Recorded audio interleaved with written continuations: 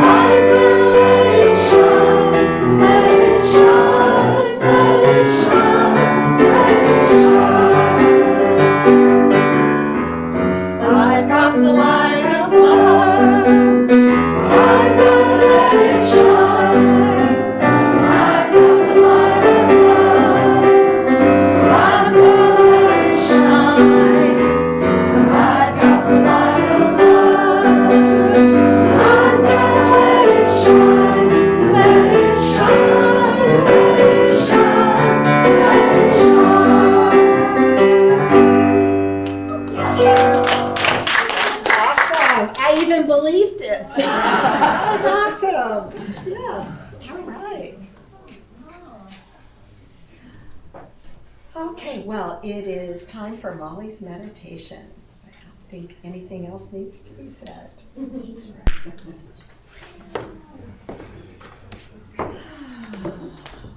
Good afternoon. I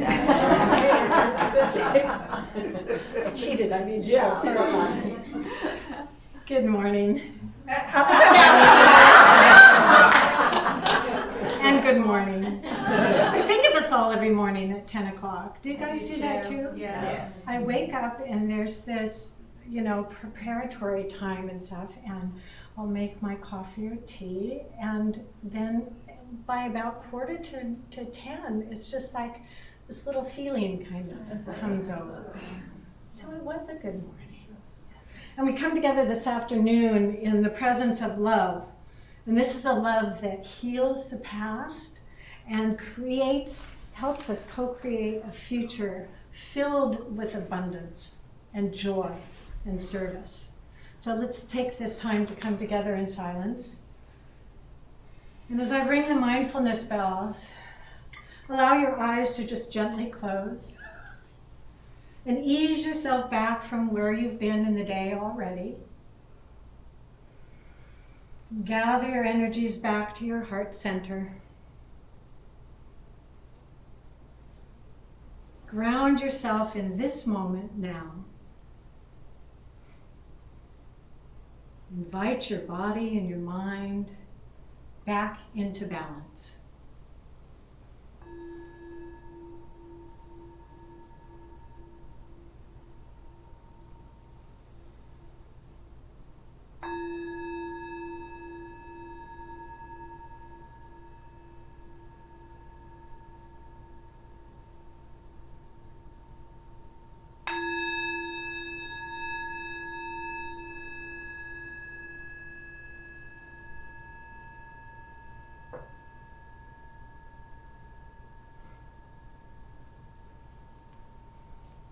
Let's just take a moment in the quiet of our hearts to reflect on the preciousness of this human life.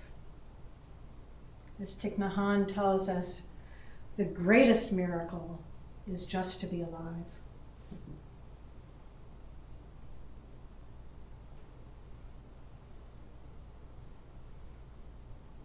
Now begin to sense the space around you and become aware of the rising and falling of your breath. It's coming and going. The sensations, the sound, the temperature. And breathing in, just be aware of breathing in. Breathing out, be aware fully of breathing out.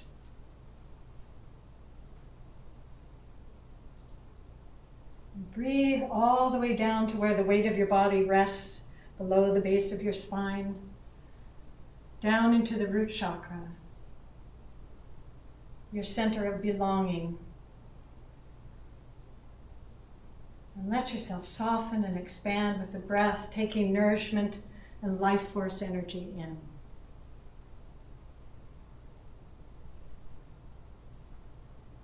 Sense the sky and the space above you and the horizon stretching out all the way around you. The earth below you supporting you. And invite a feeling of rootedness and dignity. And silently affirm to yourself, I am here. I have a right to be here as I am, and the earth and the universe supports me.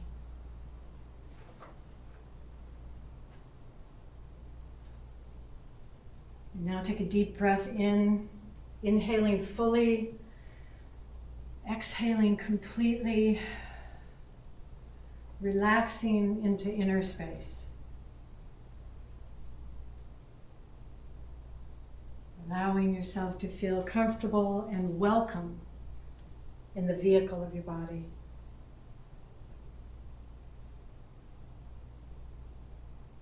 And with each in-breath, take in the fresh, new moment each out breath arriving into presence.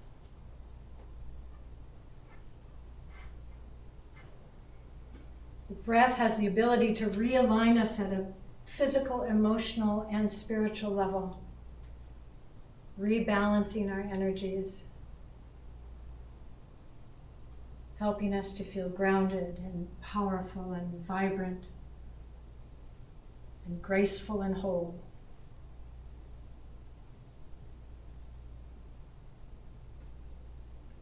Along with that oxygen and all the nutrients that ride in with each breath is the breath behind the breath,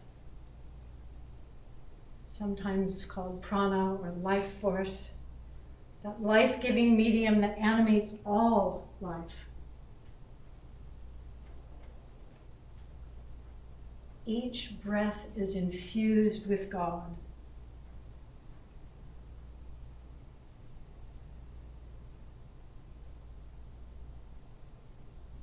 Our body is this vast field of infinite wisdom and awareness of breathing provides a portal to the divine.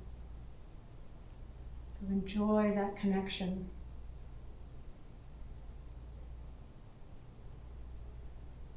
Rumi reminds us, move outside the tangle of fear thinking.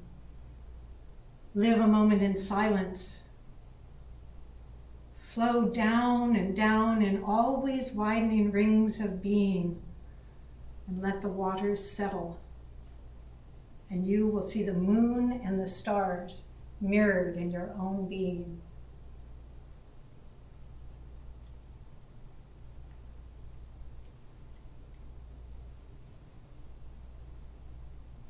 As you are breathing, you are part of the dynamic creativity of the entire universe. And you are deserving of the unlimited prosperity of spirit.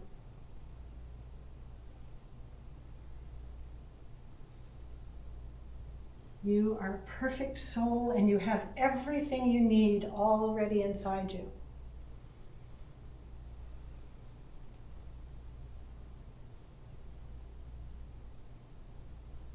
You have an ancient peace and a calm that you carry at your heart.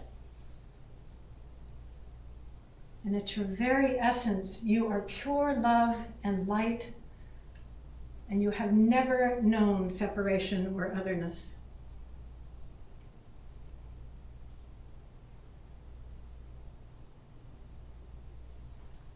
So whenever your mind becomes fragmented or wandering, or frightened or attached, you can use the breath to take hold of your mind again and settle into that space of knowing the truth of who you are.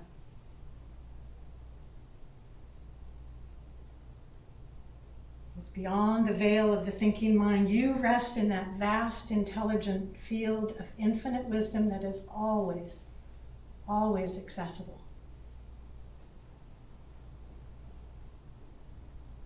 Feelings and thoughts arise within you, but they are not you. You are the luminosity in which the thoughts themselves arise. You are the knowingness that is aware.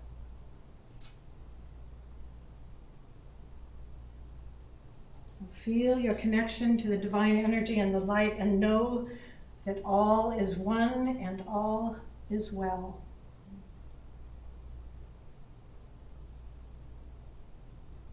And stay with this deep, relaxing, peaceful feeling, and let the breath and the music open your heart.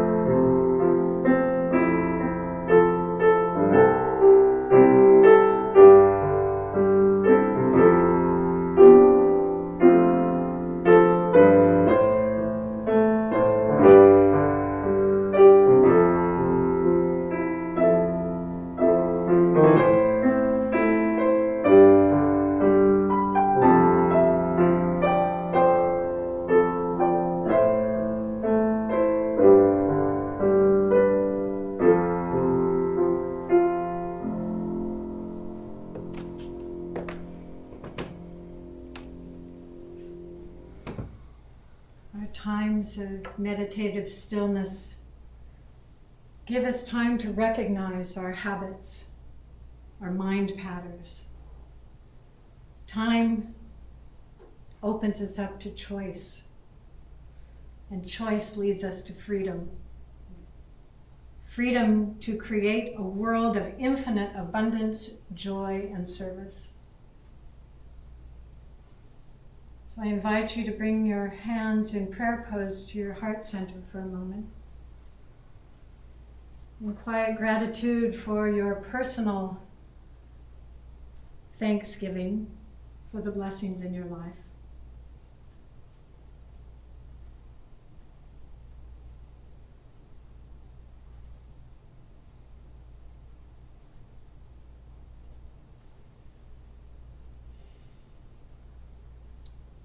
And with great, great gratitude, we give thanks for the people, the animals, the plants, the insects, the creatures of the sky and of the sea, of the air and the water, fire and earth, and to all those whose presence blesses our life each and every day. And may our thoughts and our expressions and our actions be guided and informed by the beauty of our hearts. And may all beings in all possible universes be happy, safe, and free. And together we say, Alan.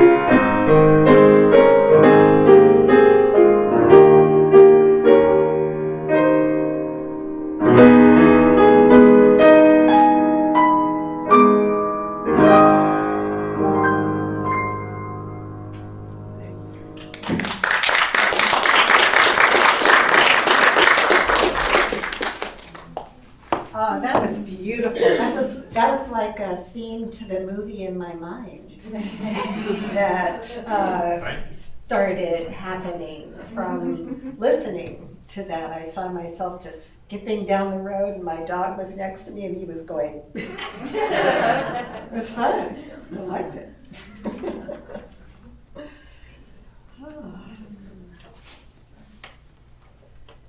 Before I begin my message this morning, I'd like to ask you, I don't know if you ever used to do this or not, but if I'd like you to just take a moment and stand or reach behind you and say hello to someone.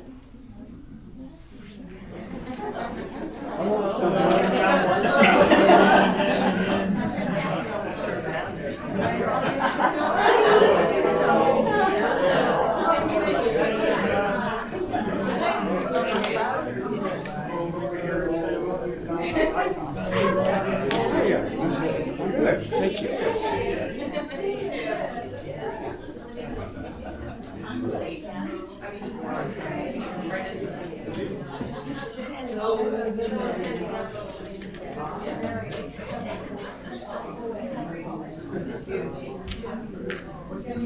Okay, I'm ready now.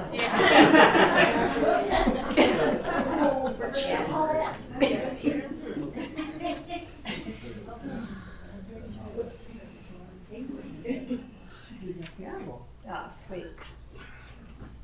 Wonderful. So, the title of my talk today is Creating Abundance and Joy, Moving Beyond the Story.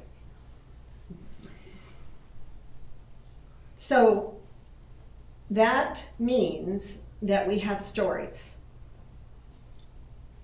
And we do a lot of telling our stories. And some of those stories are great, and some of them are not so great.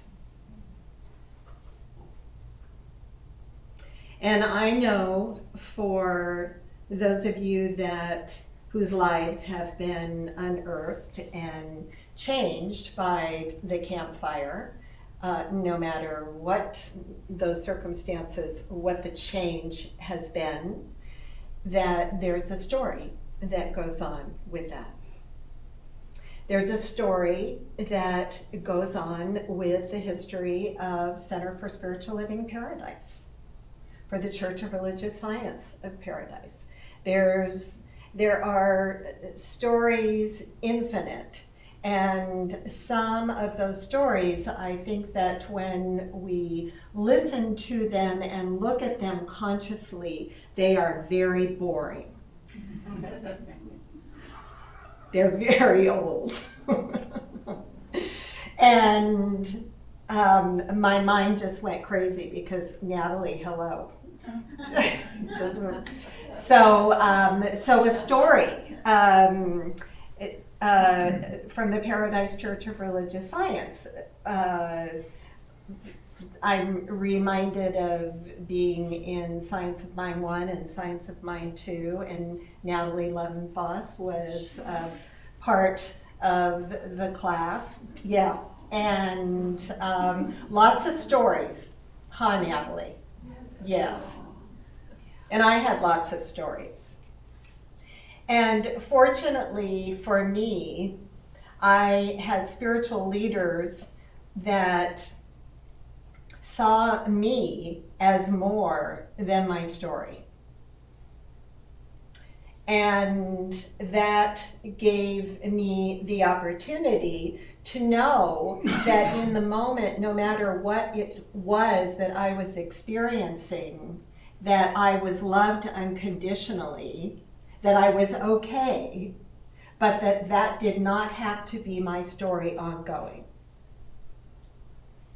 And so now I am very, very serious about applying that principle to myself. And I know that that was a big part of my desire to become a minister. So the point of view that this message is coming from is that you will discover no greatness outside of yourself. But what happens is when we really stop and think about it and evaluate it, that the greatness, no matter how simple or how complicated that is, that when we think of what is more about us, even just the idea of skipping down the road, happy and joyful and free, without being worried about what someone else is going to think, that all of that comes from within inside of us. You will discover no greatness outside of yourself. The good we see outside of ourselves is confirmation of our inner ability and desire to create a new story. And that's a quote by me.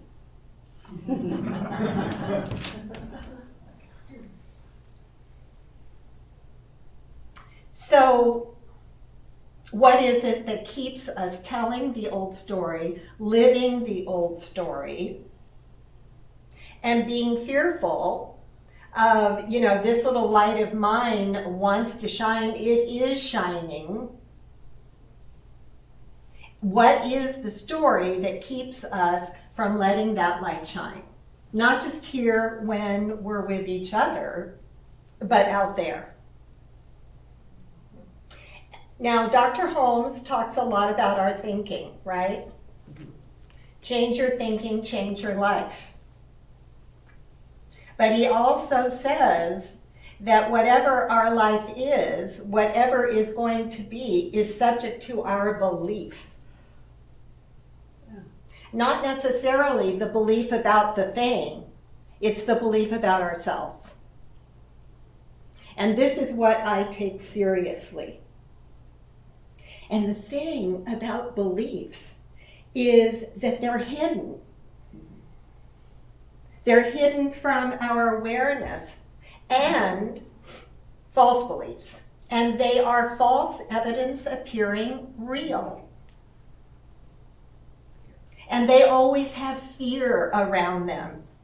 No, don't, that might, who are they going to think you are? Who do you think you are? What if I fail? I like the idea that setting myself up for new adventures and trying new things, that the judge is not about failing. The judge is about, did I get in the game and participate? Because isn't it true that out of every single experience that we have, we learn stuff?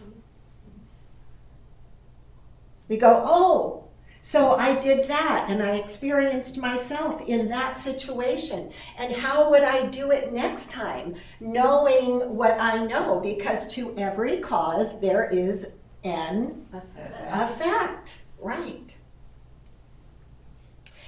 David Hawkins, who wrote the book Power versus Force, a fabulous book.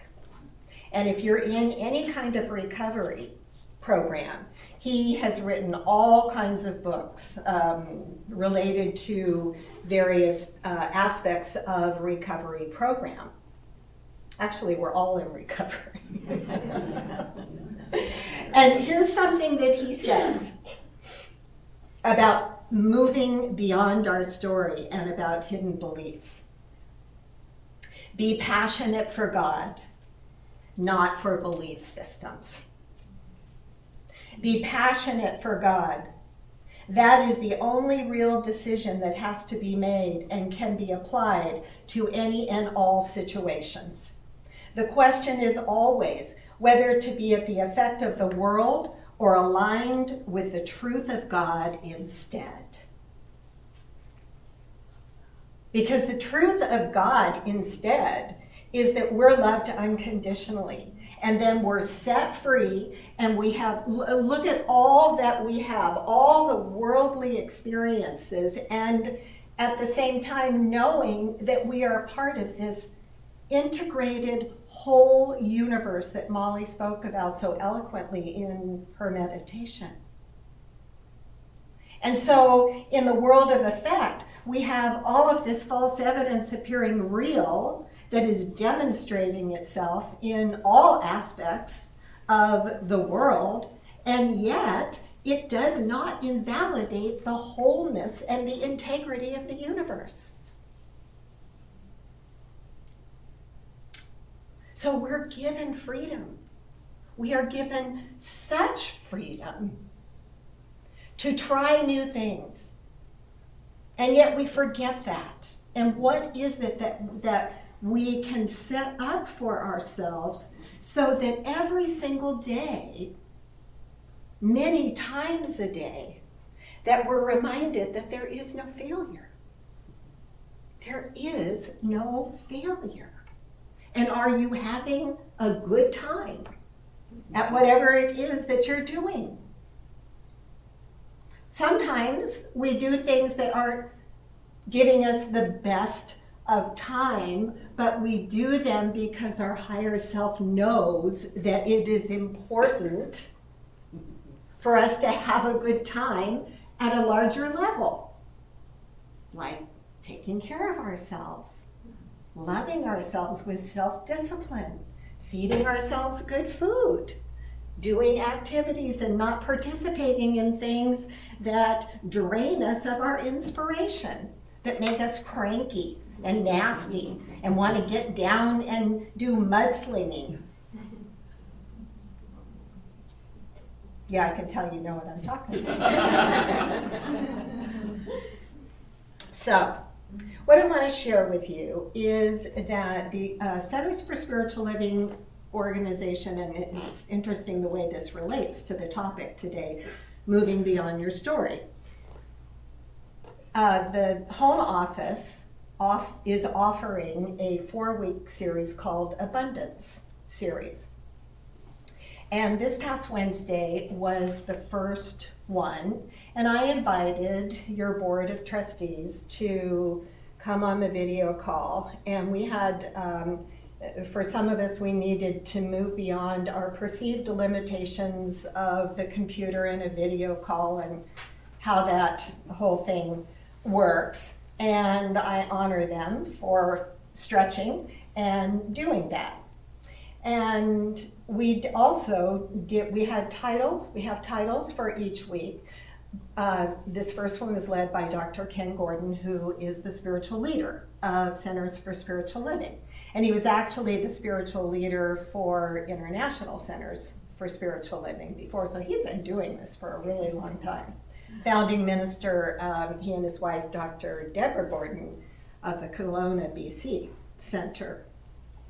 So the topic for the first one was beginning where we are in spiritual prototype. And so we got on the call, and Dr. Ken introduced the topic, and he said, what this is not going to be is talking about strategies to get more money from your congregation. And it's not going to be talking about having another yard sale or another fundraiser to fund your center so that people don't have to participate in committed giving or get to participate. He said what it's going to be about is opening ourselves up to have a greater awareness, a greater consciousness, and appreciation for the worth and the value that you bring to the world. You as an individual. And also the worth and the value that your spiritual community brings to each person that is a part of that community, to the county, to the world. That's what we're going to focus on. So I want to ask you before I go on to take a moment, just, in your own mind and your own heart, to ask yourself those two questions. What am I aware of? What's the value, my own personal value and worth that I bring to the world?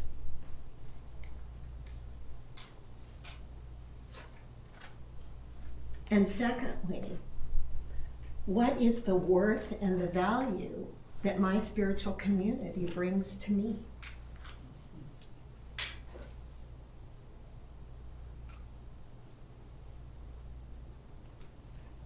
Okay.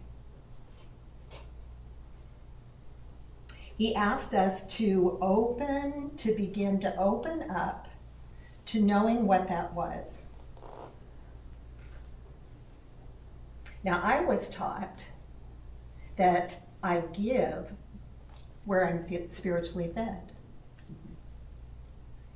And that the feeding of my spiritual nature is first. God first. And so when I look into my experience and I see where it is that I'm being spiritually fed, which is up to me to decide, that then my giving is done first off the top of what I have received as a recognition and an acknowledgement of what I have already been given. And when I do that I begin to bring my life into order. And when there's order in my life, then things are more in balance.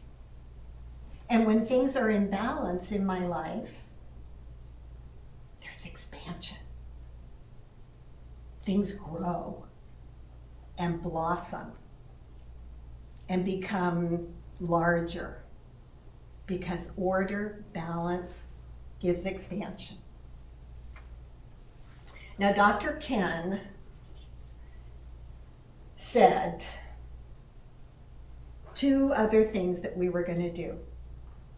The way that we were going to look at this idea of my value and my worth for myself and for my spiritual community was to do this spiritual prototype thing. And that I needed to ask myself, beneath this, what are the beliefs that I have about financial security in my life? Well, that was easy. Right off the top, I was able to begin to start identifying, where do I feel that I don't have financial security? Okay, I can do that. And then, related, where is it that my center doesn't have financial security? Now, you guys may think, oh, my center has financial security because we have all this money in the bank from the insurance. But that financial security is for the future, not necessarily for the now. It's for what the collective wants in the future for this community. But in terms of the ongoingness of the center and what is being offered, that's where our work is. So in this video conference, it has the ability to send you into breakout rooms. There were about 130 people on the call. And we were told, okay, you're going to be able to go into breakout rooms with about 6 or 7 or 8 other people. And are y'all okay with that? And I think everybody was. I don't know how that worked. But anyway, all of a sudden, at a click of a button, and we're in these breakout rooms. And I'm in a room, and on my screen, I can see these other people. And we're supposed to share with each other where in our lives we don't feel We have financial security. And what our belief is about that, and also about our center. So let's see if I can just easily find here. Okay, so here were some of the beliefs that people shared in my group. If my center had more people, we'd have more money. Actually, it's not true. But if it were true, it would be out of spiritual principle. We give, and then we receive. And you don't give to get. But the majority of the groups that were representative of centers in my breakout session talked about that. That whether it's people in the congregation or people on the board or even the minister, for God's sake. Yeah, if we had more people coming in and sitting in the chairs, we wouldn't have these financial issues. We would have more financial security. Some people said, well, at a personal level, I don't have financial security because my money comes from my job and my job is limited. Now, is that spiritually true? That the source of our money only comes from one place? That's not the God I believe in or choose to believe in. And then other people said, you know what? I worked at jobs my whole life doing things that I didn't like to do, and now I finally have a job where I'm doing my passion, but it doesn't pay me enough to pay all my bills. And so I don't have financial security. And I have to choose one or the other. So, you know, it was really amazing that people were so honest. That they were saying, yep, I'm willing to look down underneath to things that are hidden, and I can do that pretty easily by looking at what it is that I believe about something. And these are things that we just automatically start to take for granted and go, yeah, that's the way it is. I just don't make enough money at my job. Or, you know, my center just doesn't have enough people coming. People are just getting old and they don't want to come. And no, if we only had more families, then, you know, if we only had somebody like Alan.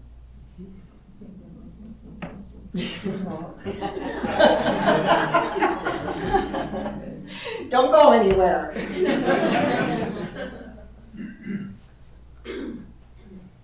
And that's the spiritual prototype.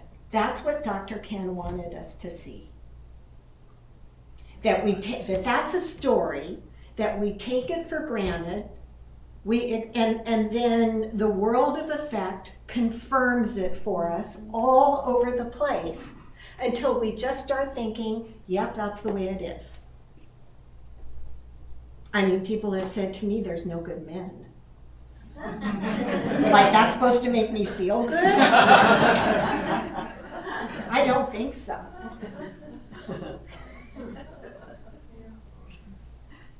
The bottom line is that we all have an inner thermostat that determines the amount of love, the amount of success that we allow ourselves to have. And that inner thermostat is actually programmed probably when we're really young. And this is so important because it goes back to what Dr. Ken was saying. What is your worth and your value? And isn't it just amazing that when we can really identify what our worth and our value is, it's the part of us that we love to express. That sense of freedom, the sense of joy, the sense, that when we shift to gratitude thinking and we start to look in our life, in our lives at all of the all of the opportunities, all of the good that's there, all of the wonderful relationships that we do have, our health, the fact we're alive, that we're alive. That's what Molly said at the beginning. That's the greatest blessing. We're alive. Because when we're alive, we're living in the possibility of change. The universe is teeming with infinite potentiality according to our belief. So really, in terms of changing our thinking and changing our life, then we have to start to ask ourselves very, very openly and wisely, what is it I really want? Who am I? And what is it I really want? Now, if that's about getting, then I suggest that we begin to soften those boundaries of getting and ask ourselves, what is it I have to give? Who am I? And where in my life can I begin to show up more in terms of my own authentic nature? What makes me joyful and happy? Now, Bob, I'm seeing you sitting here, and I just have to I'm going to use you as an example, if I may, because I know that Bob did a writing class, right? Mm-hmm. And I have heard a half a dozen people talk about how that impacted their lives. And so you showed up with something that you do so well. And I'm just trusting and knowing that the experience for you was wonderful. Yeah? I'm kind of put him on the spot. But I know Bob, and he wouldn't say something he didn't mean. Yeah, that he. Incredible experience, actually. Pardon? It was an incredible experience. Mm-hmm. Now, there isn't one person that's sitting in here or that is a part of this congregation or in this town or in the whole world that doesn't have something to give. Something that is unique and special to them. And so when it comes to the idea of creating abundance and joy, we are asked automatically to move beyond our story. And there's something, intuitive in us that knows that that's the truth. If I say, I'm ready to have more abundance and more joy in my life, I darn well know that there's some things I'm going to need to start to let go of in terms of my thinking. Now, Dr. Holmes says this. I'm going to read this and then I'm going to talk about it for a moment. The evolution of man, humanity, brings him arbitrarily to a place where true individuality functions. Evolution. From that day, a further evolution must be through his or her cooperation with reality. Reality with a capital R.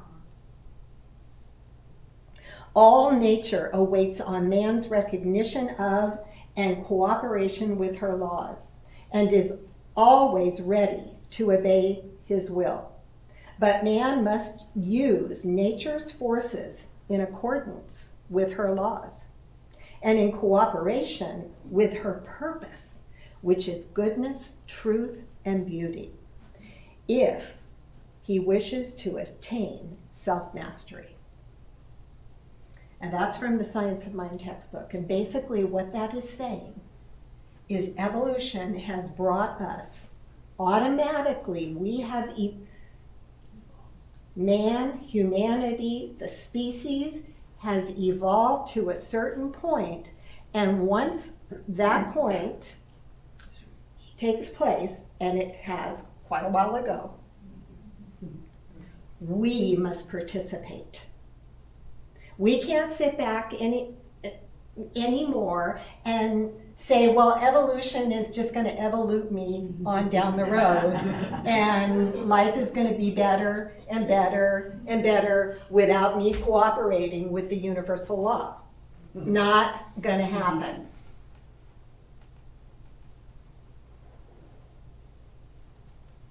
Our own individual lives and the world in which we live is up to us.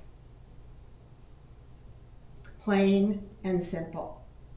And even though the thermostat of our own inner thermostat was set a long time ago, we now are conscious beings. And it's up to us not only to change our thinking, but to change our belief.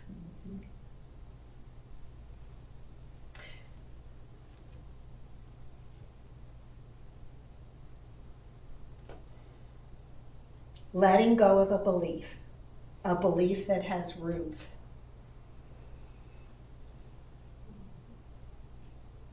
Evolution's not going to do that either. But life will continue to give us opportunities to change our mind. And I want to just be a voice to say that I know that each one of you have those opportunities. And I know that you know that you want your life to be better. It's good and you want it to be gooder. You want more good. And that's because you're a spiritual being. And the more good that you have, the more good humanity has. The more money you have, the more money you have. That money in and of itself and the things that it will buy us does not make us happy. We can have tons and tons of money, and if we're using it in a way that is not orderly, we're going to have chaos in our lives. We can have health, but if we don't know what we want to do with that health, where we want our bodies to go and how we want to show up, doesn't matter. I remember a story that Dr. Michael Beckwith was counseling with a woman who had been ill for years and years and years. And he said to her, if you were well, what would you be doing? She didn't have a clue. She was so used to not being well, she did not have a clue. But she started to get a clue real quickly, just by being asked the question. Then what happened is that when she started to open to, well, what I would do with this body that moved, she started finding out what her false beliefs were, what she was afraid of, what she was hesitant about, why she was holding back.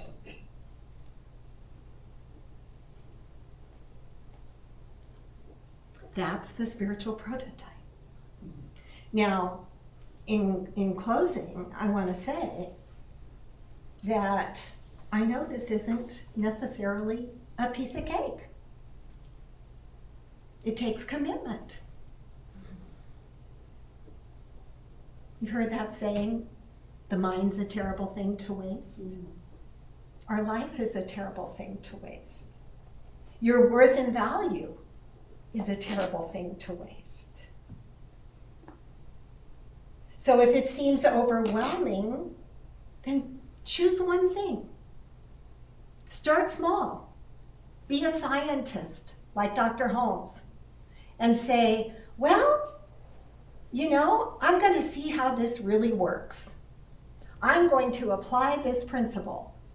I'm going to commit myself to changing belief. And if a belief is that I'm not capable, then the new belief is I am capable. The science part of it is that spirit doesn't create anything that's not capable. And if you have an idea of something that you want to do, then that seed is planted within you, by golly.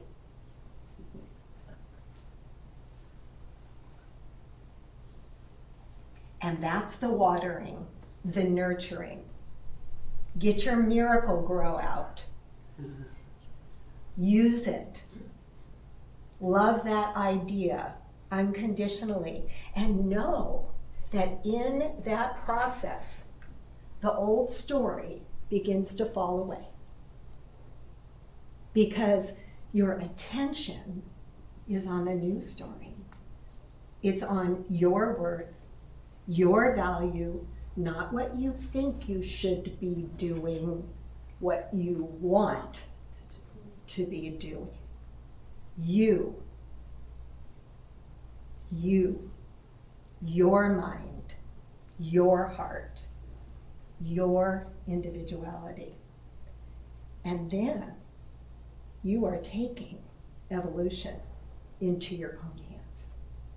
So I say, let's get with and behind the idea of more abundance and joy in our life, because we're creating a new story. And on so many levels, this center has a powerful opportunity to step out and do that. And I'm honored to be a part of it in some way. And so it is. Amen.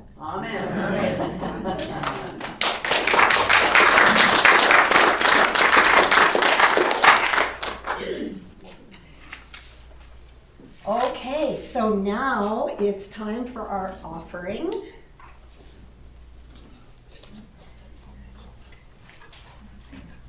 So would the three of you lead with the offertory, and I'll just kind of jump in if I don't have it written Let's down. say the offertory prayer together.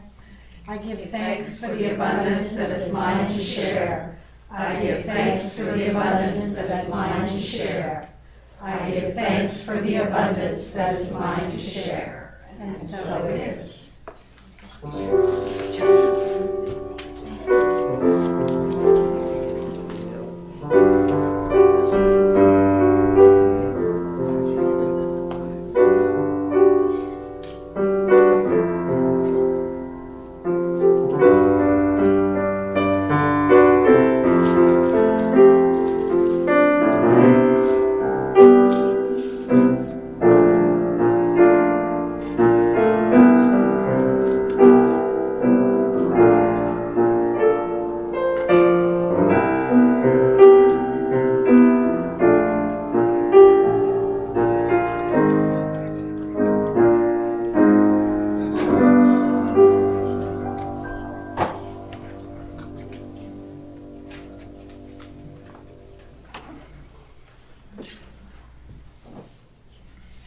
Divine love, through me, blesses and multiplies all that I have, all that I give, and all that I receive.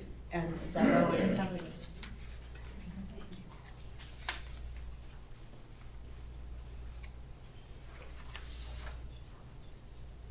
Would you join me in a closing prayer?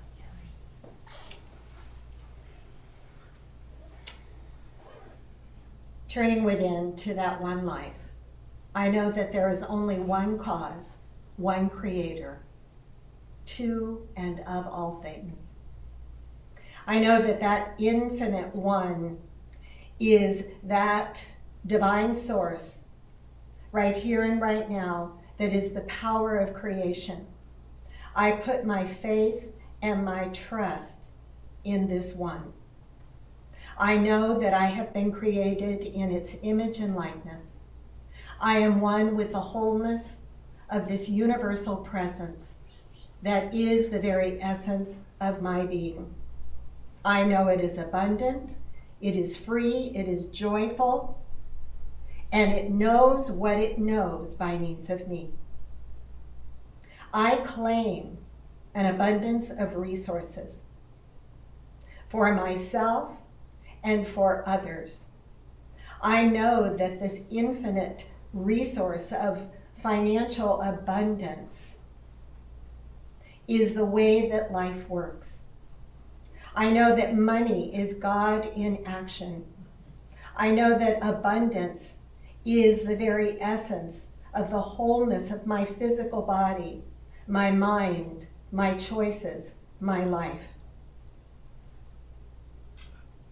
I let go of any story that I do not experience financial stability. I open my heart and my mind to allow the flow of this infinite security to come from the depths of my own being. There is a deep well of resources that I am one with.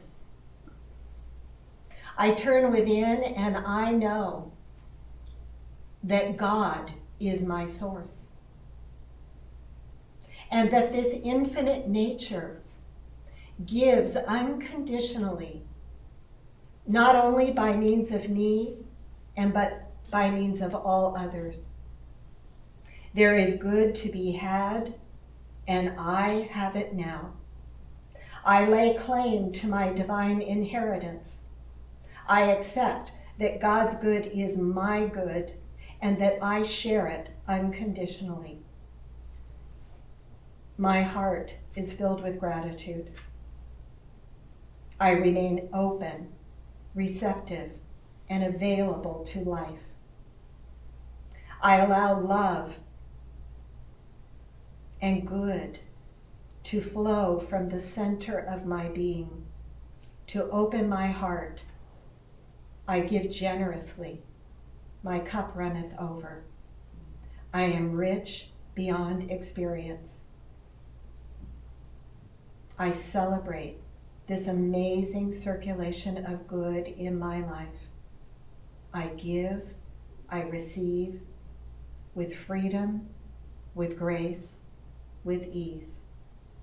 Flow is the natural nature of the universe, and I am one with it, and so it is. Let's stand and join hands for the peace song.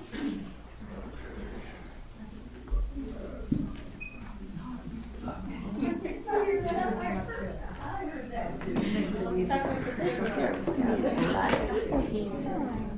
love that. God, I haven't seen Natalie run in Boston so long. It's so nice. To her daughter. She's right by us. Oh, that's great.